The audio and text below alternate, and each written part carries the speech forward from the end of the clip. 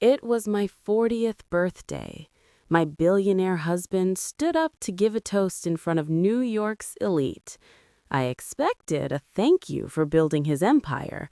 Instead, he announced he was divorcing me for his 22-year-old assistant, mocking me for aging out of his brand. The room laughed. What he forgot: I'm the genius who wrote every line of his code. Before the dessert was even served, I pulled the kill switch and left him with 0. Happy birthday to me.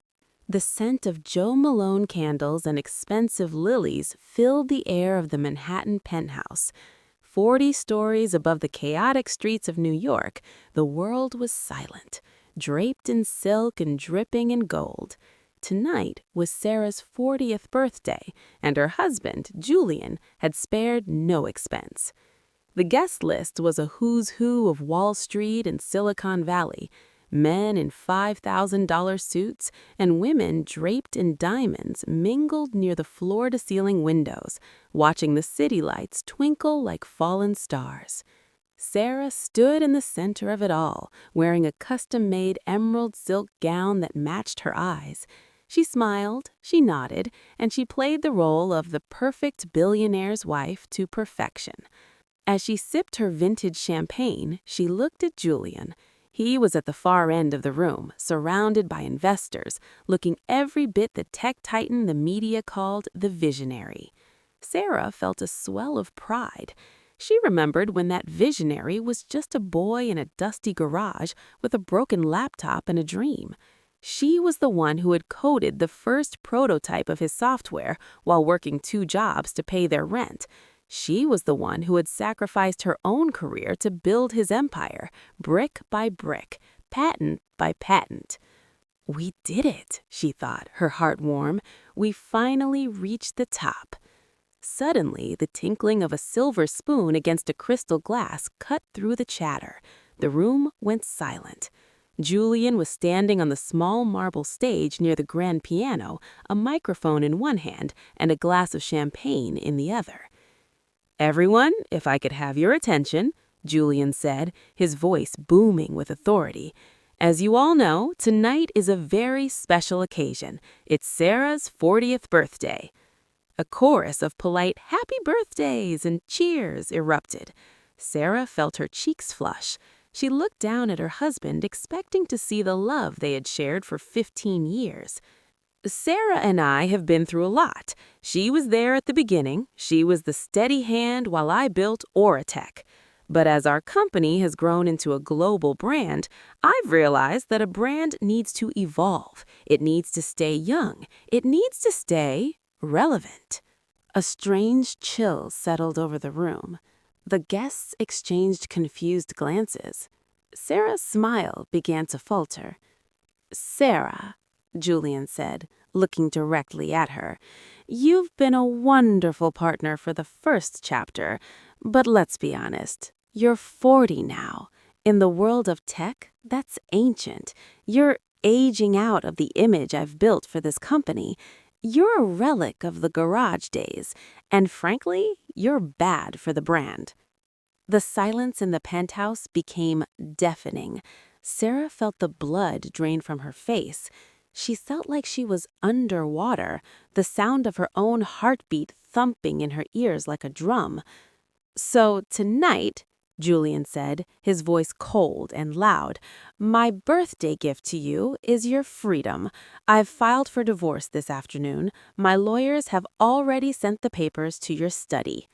A gasp rippled through the crowd, but Julian wasn't done. He beckoned a young woman forward, his 22-year-old personal assistant, Mia.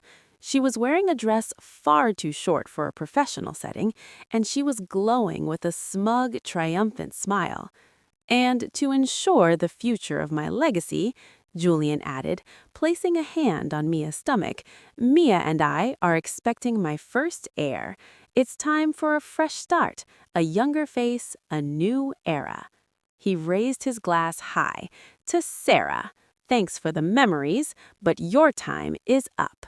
Cheers." Julian drank, Mia giggled. The guests stood frozen, their eyes darting between Julian's arrogance and Sarah's public execution.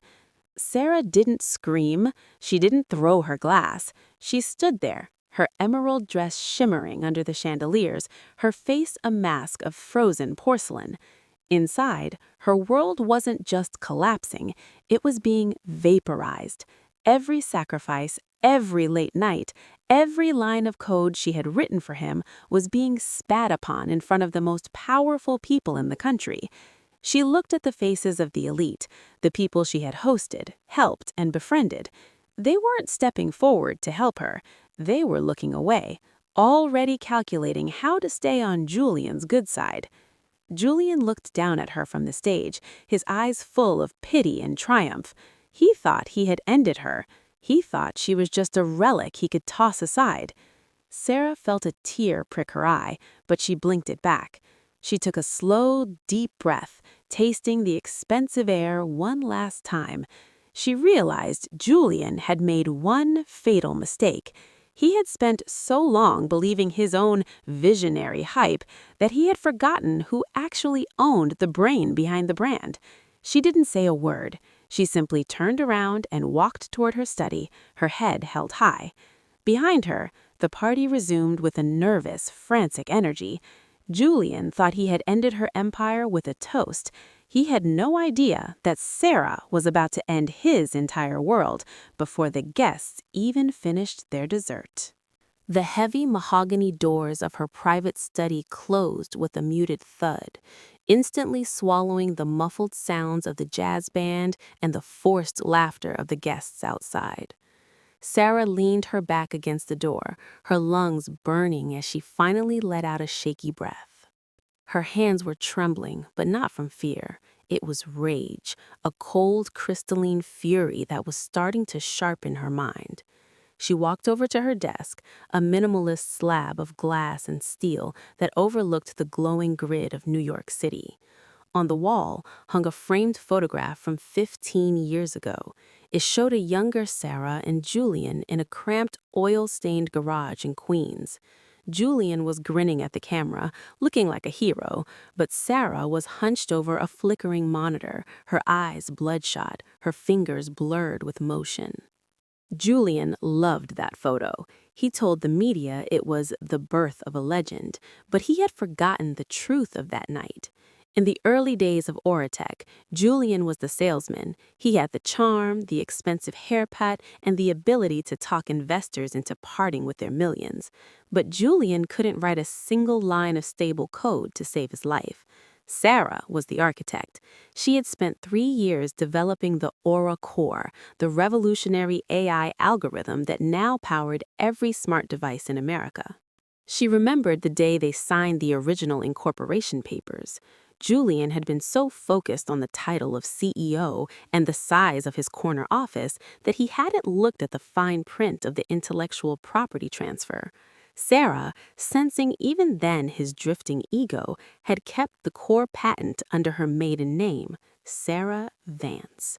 She had never brought it up. She had let him take the credit. She had let the world call him a genius because she loved him, and she thought they were a team. She thought she was building a future for them. "You think I'm a relic, Julian?" Sarah whispered, her voice no longer trembling.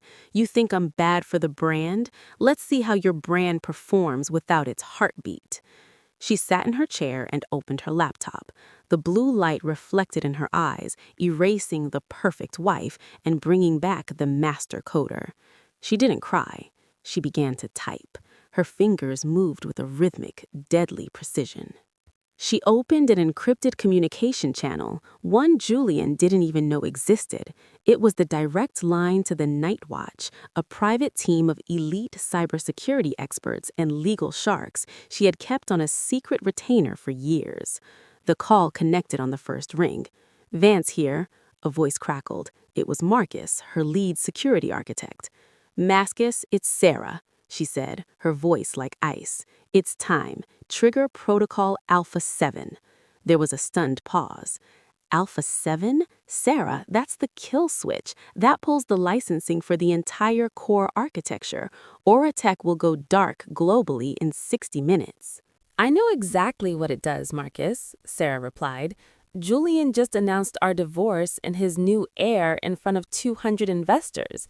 He believes I'm a silent partner. I want to remind him that I am the only partner. Understood, Marcus said, his tone shifting to pure professional focus. What about the legal side? I'm sending you the maiden name patent files now. I want an immediate injunction filed against Julian personally for the unauthorized use of my intellectual property. By the time the sun rises, he shouldn't be allowed to look at a computer screen, let alone run a company. Consider it done. We're initiating the server handoff now. Sarah, are you okay? Sarah looked out at the city. She saw the giant aura sign glowing on top of a nearby skyscraper. She knew that in less than an hour, that sign would flicker and die. I've never been better, Marcus. I've spent 15 years building a throne for a man who didn't deserve it. Tonight, I'm taking the throne back. She hung up. She spent the next 20 minutes navigating the back end of the Auratech mainframe. She watched the data packets moving, the billions of dollars in transactions flowing through the veins of the system she had created. With a few keystrokes, she began to redirect the licensing fees from the company's corporate accounts into a private trust. She wasn't just leaving Julian, she was evicting him from reality. She stood up, smoothed out her emerald gown, and checked her reflection in the mirror. Her eyes were bright, her posture perfect. The perfect wife was gone. The calculating genius had returned to the party. She picked up her glass of champagne. It was time for dessert. The double doors of the study swung open, and Sarah stepped back into the ballroom. The air was thick with the scent of dark chocolate and raspberry coulis as servers moved through the crowd, placing gold-leafed desserts on the marble tables. The mood in the room was awkward. Guests were whispering behind their hands, casting pitying glances toward the abandoned wife. Julian was at the center of the room, standing by a 5-tier birthday cake that looked like a monument to his own ego. He had his arm around Mia, laughing loudly at a joke he'd just made to a group of venture capitalists. He looked up and saw Sarah. His eyes widened slightly in surprise, then narrowed into a patronizing smirk. He thought she had been in her room crying. He thought she had come back to beg. "Ah, Sarah, glad you could join us for the finale," Julian called out, his voice dripping with fake sympathy. "Don't be sad. You'll always have a place in the history books of Auratech." Sarah didn't flinch. She walked toward the stage with the grace of a panther. The room went silent. The only sound was the clicking of her heels on the polished floor. She reached for the microphone that Julian had left on the stand. "Thank you, Julian," Sarah said into the mic. Her voice was clear, amplified, and dangerously steady. "You're right. This is a finale, but not the one you planned." Julian chuckled, looking at his investors. "The champagne must be getting to her. Let's get some coffee for the ex-Mrs. Hayes, shall we?" "I don't need coffee, Julian. I need everyone's attention," Sarah said, her eyes scanning the room. She looked at the billionaires, the tech giants, and the board members. "Julian just told you that I'm aging out of his brand. He told you that I was just a passenger on his journey to the top. But Julian has a very short memory." She turned to her husband, who was starting to look annoyed. "You forgot who wrote the kernel, Julian. You forgot who holds the parent patent for the Aura core in a maiden name you were too arrogant to ever check. And most importantly, you forgot who built the backdoor emergency kill switch." Julian's face went from smug to pale in 3 seconds. "Sarah, stop this. You're making a fool of yourself. There is no kill switch." "Check your phone, Julian," Sarah whispered. As if on cue, a synchronized chorus of beeps and vibrations exploded across the room. It sounded like a swarm of digital hornets. Every investor, every board member, and every tech journalist in the room reached for their pockets. "What the?" one man shouted. "My Aura interface is down. The whole cloud network just went offline." "I'm getting an emergency alert from the data center," another yelled. "The intellectual property licenses have been revoked. The servers are self-destructing." Julian scrambled for his phone, his hands shaking. His screen was glowing red with a single message. "What did you do?" Julian roared, stepping toward her, his face turning a dark, ugly purple. "What did you do to my company?" "It was never your company, Julian," Sarah said, her voice echoing through the speakers. "You were just the salesman, and since you've decided to fire your lead developer and your wife on the same night, I've decided to take my code and go home." The room descended into pure, unadulterated chaos. The investors weren't looking at the cake anymore. They were surrounding Julian, screaming about their lost billions. "Julian, the stock is cratering in the after-hours market," a board member screamed. "The patents are gone. We're worth zero." Mia, the new era of the company, took one look at Julian's frantic, sweating face and stepped back, her smug smile replaced by a look of sheer terror. She realized the billionaire she had latched onto was becoming a penniless man in real time. Sarah stood on the stage, looking down at the wreckage of Julian's ego. She picked up a small silver fork from a nearby table, took a tiny bite of the birthday cake, and smiled. "You were right about one thing, Julian," she said, leaning in close to the mic so only he could hear her over the shouting of the crowd. "The brand did need a fresh start, and I think I'll look much better running it without you." She set the microphone down. The feedback shrieked through the room like a dying animal. Without looking back, Sarah walked through the crowd of panicked billionaires and out the front door. The empire hadn't just ended, it had vanished before dessert was even served. The sun rose over Manhattan with a cruel, indifferent brightness. For Julian, the morning began not with the usual smell of organic espresso and the view of Central Park, but with the cold, hard realization that his biometric keycard no longer worked. He stood in front of the Aura Tech headquarters, his tailored suit rumpled and his eyes bloodshot. The glass doors that usually slid open at his approach remained stubbornly shut. 2 security guards, men he had hired personally, stood on the other side. They wouldn't even meet his gaze. "Do you know who I am?" Julian screamed, slamming his fist against the reinforced glass. "I am the CEO. Open this door." One of the guards stepped forward, his voice flat. "Sir, we have orders from the majority shareholder and the patent owner. You are no longer authorized to enter these premises. Your personal belongings have been couriered to your new address." "Majority shareholder? I'm the founder," Julian roared, but as he checked his phone, a flurry of notifications told a different story. His board of directors had held an emergency 3 a.m. meeting. With the Aura Core license revoked by Sarah, the company was technically a shell. To save themselves, the board had voted to remove Julian for gross negligence and breach of fiduciary duty. He reached into his pocket for his black titanium credit card to call a car. Declined. He tried his backup card. Declined. Sarah hadn't just pulled the plug on the servers, she had initiated a legal freeze on all joint assets, citing the massive intellectual property theft Julian had committed by selling licenses for code he didn't technically own.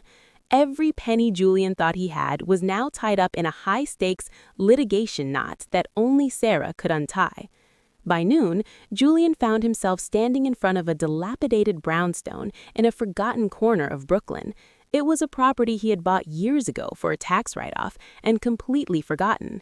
His new address. The apartment was a damp, windowless basement unit. The air smelled of mildew and old pipes. His $5,000 suits were piled in cardboard boxes on a stained linoleum floor. "Sarah!" he yelled into the empty, dark room. "You can't do this! I'll sue you into the ground!" But there was no one to hear him. His friends, the billionaires who had cheered his toast the night before, were no longer answering his calls. His mistress, Mia, had disappeared the moment his bank accounts hit zero, leaving a text that simply read, "Call me when you're a billionaire again. Good luck with the baby." The psychological blow landed that afternoon when a courier hand-delivered a summons. Mandatory legal mediation, 4 p.m. Julian arrived at the high-end law firm looking like a ghost of the man he was 24 hours ago. He walked into the glass-walled conference room, expecting to see Sarah crying or ready to negotiate. Instead, Sarah was sitting at the head of the table, flanked by 4 of the most terrifying litigators in New York. She looked radiant, wearing a sharp navy power suit, sipping a tea as if she were discussing the weather. "Sit down, Julian," she said, her voice devoid of any emotion. "Sarah, please," Julian began, his voice cracking. "This has gone too far. We're family. Think about our legacy." "Legacy?" Sarah pushed a thick folder across the table. "Is that what you call the $3 million you diverted into offshore accounts last year? Or the fake consulting fees you paid to your mistress's shell company? I didn't just find my code, Julian. I found your crimes." Julian stared at the documents. It was all there. Every hidden transaction, every lie, every cent he had stolen from the company to fund his secret life. "This is embezzlement, Julian," Sarah's lead lawyer said. "We have enough here to put you away for 20 years, or you can sign the total relinquishment papers right now." Julian looked at Sarah. He looked for a glimmer of the woman who used to bring him soup in the garage, the woman who had loved him unconditionally. But all he saw was a stranger, a brilliant, calculating architect who had finally decided to demolish the building she had built. "You're leaving me with nothing?" Julian whispered, his hands shaking as he reached for a pen. "I'm leaving you with exactly what you brought into our marriage, Julian," Sarah replied, standing up to leave. "The garage is gone, the penthouse is mine, the company is mine. You're not a visionary. You're just a man in a damp basement who forgot how to say thank you." As Julian signed the papers, the reality set in. He wasn't just broke, he was erased. He was a living ghost in a city he once thought he owned. He looked up to say something, but Sarah was already gone. The heavy glass doors clicked shut behind her, leaving Julian alone in the silence of his own making. 6 months had passed since the night the lights went out at Oratech.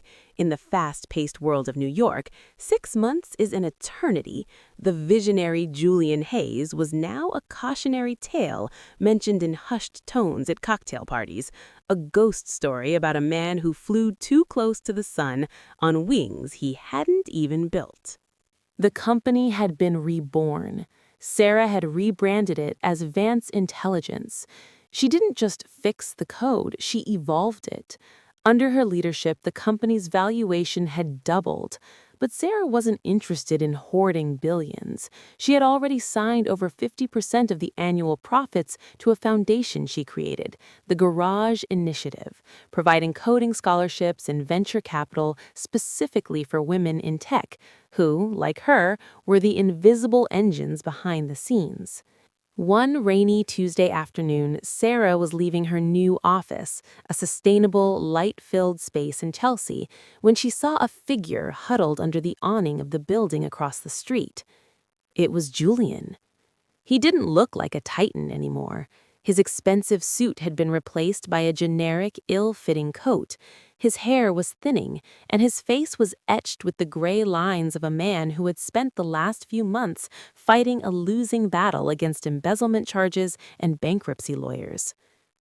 "Julian!" he called out, his voice thin and desperate. He rushed toward her, but her security team immediately stepped in, forming a human wall. "It's okay," Sarah said quietly, gesturing for them to stand back. She looked at him, not with anger, but with a profound sense of distance. It was like looking at a stranger through a thick sheet of glass. "Sarah, please," Julian begged, his hands trembling. "The lawsuit. The feds are looking at the offshore accounts. I have nothing left. I'm living in a shelter, Sarah. I made a mistake, a terrible, ego-driven mistake." "You made many mistakes, Julian," Sarah replied. "I was blinded by the success," Julian cried, his eyes welling with tears.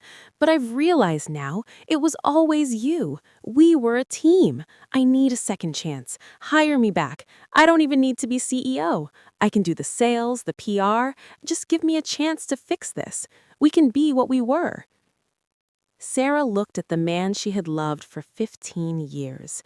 She remembered the cold night of her 40th birthday.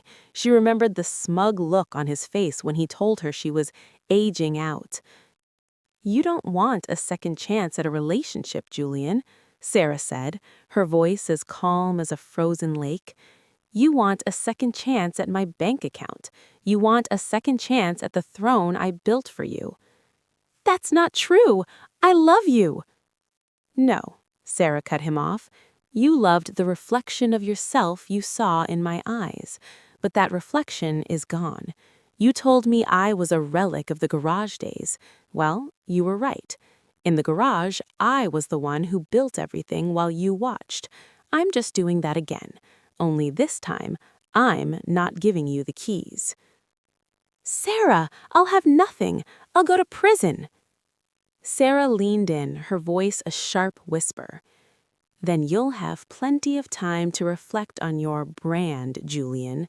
When you stood on that stage and toasted to my replacement, you didn't just end a marriage, you ended your right to my mercy. The story. I spent 15 years in a dusty garage and high-tech offices building an empire for the man I loved. I was the architect, the coder, and the silent partner. But on my 40th birthday, my husband Julian decided I was bad for the brand. In front of New York's most powerful people, he raised a glass to divorce me and celebrate his pregnant 22-year-old assistant. He thought I was just a relic he could toss aside. He was wrong. He forgot one crucial detail. I didn't just build the company, I owned the code, and I built a backdoor. Watch the full story of the ultimate corporate revenge. This is what happens when you underestimate the woman who helped you build your throne. Justice isn't just served, it's programmed. If you love stories of karma and empowerment, don't forget to like and subscribe. She turned away, stepping into the back of her car. As the door closed, Julian was left standing in the rain, screaming her name until his voice broke. He was a man who had inherited the world and traded it for a moment of vanity. 1 week later, Sarah was thousands of miles away. The only sound was the rhythmic pulse of the turquoise waves hitting the white sands of a private island in the Seychelles. There were no photographers, no investors, and no ungrateful husbands. Sarah sat on a wooden deck, a simple linen dress flowing around her. A small cupcake with a single candle sat on the table in front of her. "Happy birthday to me," she whispered. This was her real birthday, not the glittering, fake performance Julian had staged for his ego, but a celebration of her rebirth. She had her name back. She had her mind back. And most importantly, she had her freedom. She blew out the candle, the smoke drifting away into the endless blue sky. She had built a throne once for a king who didn't deserve it. Now she was perfectly happy just standing on her own 2 feet. The moral of the story. The person who helps you build your throne knows exactly how to take it apart. Never mistake someone's silence for weakness, and never underestimate the partner who stayed in the garage with you when you had nothing, because they are the only ones who know exactly how much you truly owe them. If you enjoyed this story and believe that Julian got exactly what he deserved, please give this video a like and subscribe to the channel for more powerful stories of justice and revenge. I also want to hear from you. Leave a comment below and let me know which country you are watching from. I personally read every single comment, and I love seeing how far our community reaches across the globe. Thank you so much for watching, and I'll see you in the next story.